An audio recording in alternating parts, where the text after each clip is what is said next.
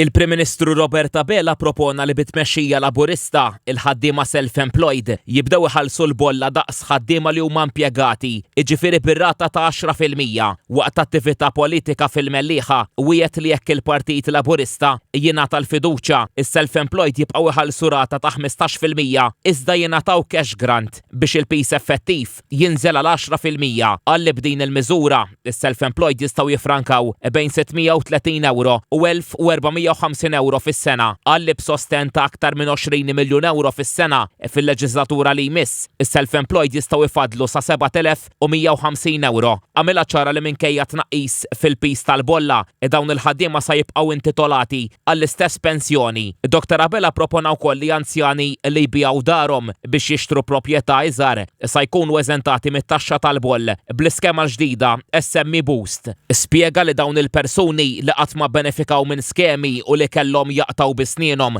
sa jitqisu bħala first time buyers u bekk jifrankaw sa 15,000 euro mit-taxxa tal-boll. Il-mexxej Laburista fisser dik ta' 30 ta' Mejju bħala waħda mill-aktar elezzjonijiet sensittivi, importanti u diffiċli għal pajjiż u fakkar li l-partit illum għadhom xejn b'xejn. Qal li dak li l-Partit Laburista jwiet iwettqu u mhux bil-kliem imma bil-fatti. Min-naħa l-oħra wera l-fema li Partit Nazzjonalista fil-Gvern idaħħal il-finanzi tal-pajjiż f'ħajt filwaqt li rrefera għal dak li sejjaħ żball ovvju maġun mill-populiżmu li għamlet l-oppożizzjoni fil-kalkoli dwar il-proposta tagħha tat-taxxa ta' dħul.